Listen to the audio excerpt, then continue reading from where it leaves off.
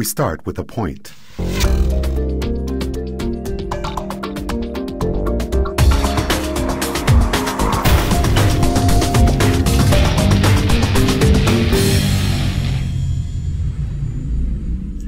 Hi, it's Rob Bryanson. Welcome back to the Imagining the 10th Dimension video blog. Today's entry is called Happy Birthday, Paul. And the text version of it, we'll provide a link over to the right for you to be able to go click on it. You'll see when it went up on June 17th that the following day was Paul McCartney's birthday. So this is what I said. Happy 67th birthday, Paul, wherever or whatever you are right now. Now this, of course, is the greeting I also posted for John Lennon and George Harrison on their respective birthdays this past year. Am I being morbid here? Not at all. Instead, what I'm trying to do is recognize that all of us are made up of patterns that extend well beyond the limits of our own physical bodies. And while that may be easier for us to imagine once someone passes on, it is just as true for those of us who are living right here, right now, in this current slice of the multiverse. Now we're going to provide you a link here to a YouTube movie of Paul singing That Was Me, which is one of his more recent songs, and one that I think relates well to the discussion we're having here.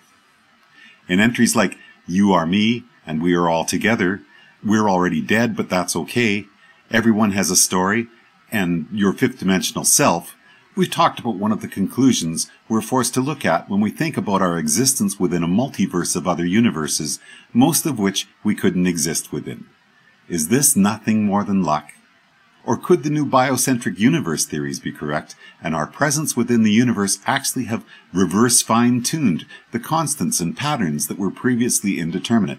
Last week, the work of Professor Lewis Crane was discussed at Phys.org.com, and he has some amazing theories about future or past civilizations using fine-tuned black holes to create future universes that support life, creating a potentially infinite chain from one universe to the next. As I've said before, when you consider how unlikely our universe is, and when you consider all the bad luck or malicious intent that could have killed each person reading or listening along to this blog before now, how could you not feel anything but wonder? And now, imagine yourself being Paul McCartney, looking back at a life that even with all its heartache and challenges, has been incredibly blessed. In the song we just looked at from Paul, he pages us through a scrapbook of his memories, little snippets that sum up a life well lived. But why does he say, that was me? Shouldn't it be, that is me? Isn't he still Paul McCartney? I believe Paul, as he has done so many times before, is pointing to a profound truth here, with a simple but catchy melody and a nicely crafted lyric. My song Change and Renewal and blog entries like Making New Connections have explored similar concepts to what his choice of verb tense is referring to here. Paul is not the same person he was when the Beatles became famous. All of the cells in his body have been replaced many times over since then, and many of the belief systems and meme patterns that made him who he was back then have been modified and replaced over the years. The same is true for all of us, of course. While we each obviously have a direct fourth dimensional connection to our younger selves through our physical bodies, it would be foolish to suggest that we haven't changed. That's what life, creativity, and the universe are all about. Now I'd like to quote a few paragraphs from the end of chapter 5 of my book, which discuss this higher dimensional interlocking system that makes each of us who we are down here in the fourth dimension. Parts of that system of beliefs will extend back through our lifetime, attached to our physical bodies through memory to become a feeling of self that may not ever change. But as we have already discussed, there are also parts of that system of beliefs that will constantly be in flux, altering over time as life experience changes the ways that a person thinks about themselves and the world.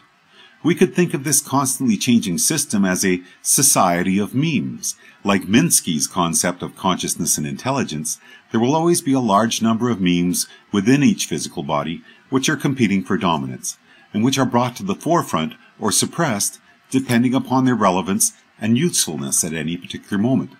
It is the physical being we have been since conception, combined with that interlocking system we think of as our soul, that entwine in the sixth dimension to create an ornate and highly textured shape that is each of us, and which we see only a tiny cross-section of as we move through our line in the fourth dimension.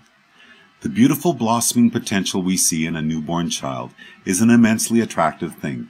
The angels of possibility that swirl around a toddler's head can be breathtaking if we catch even a fleeting glimpse.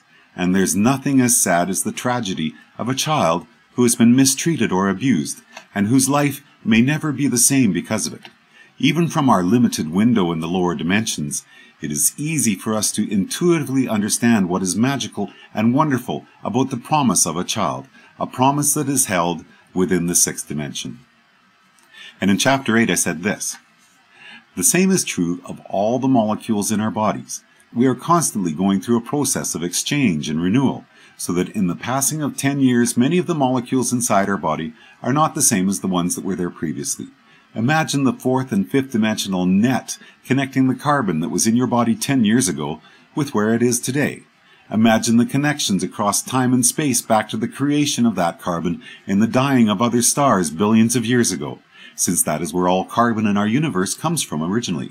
Once again, the image of a fantastically huge new web of connections is made, and those connections are invisible and unknown to us within our limited viewpoint traveling along our narrow fourth dimensional line. So, Sir Paul, thank you for sharing this song and your many talents with us, and a very happy birthday to all the parts of you that are not only connected to your physical body at this moment, but to all the other parts that have been or will be, and which now float out there in the other layers of our reality. To finish, here's a fun song, one of the 26 I wrote for this project. It's called Hang a Left at the Lights, and it's about the process of choice, change, and renewal that each of us are constantly participating in as we observe our fourth dimensional line, selected from the available paths of our fifth dimensional probability space.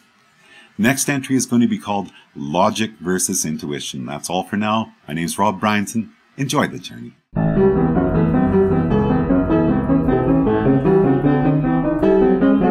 As you're heading down the highway, you know you gotta read the signs. You gotta watch the other drivers. You gotta stay between the lines. You gotta listen to your wheels, 'cause they tell you about the road. You gotta watch out for distractions. Think about where you're going. Maybe it's time to hang a left at the lights and choose another way. Maybe it's time to put on the brakes, 'cause sometimes it's okay to hang a left at the lights.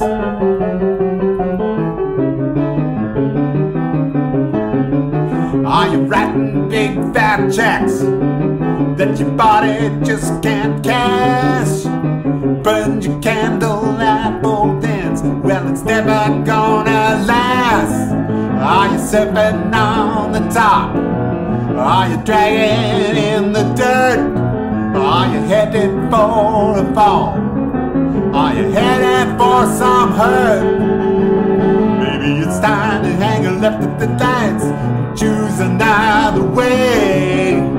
Maybe it's time to put on the brakes, 'cause sometimes it's okay to hang a left at the lights.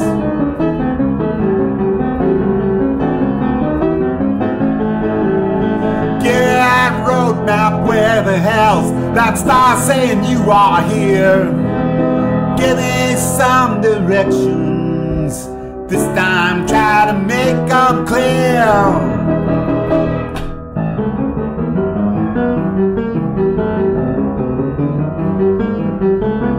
Time for a tune-up, time to change the oil, top up my fluids, check my spark and coil. Thanks to the pit crew, I'm ready for another lap. But this time will be different. If things start to turn to crap, I'll be saying maybe it's time to hang a left at the lights and choose another way. Maybe it's time to put on the brakes, 'cause sometimes it's okay to hang a left at the lights. Hang a left at the lights. To hang a left at the lights.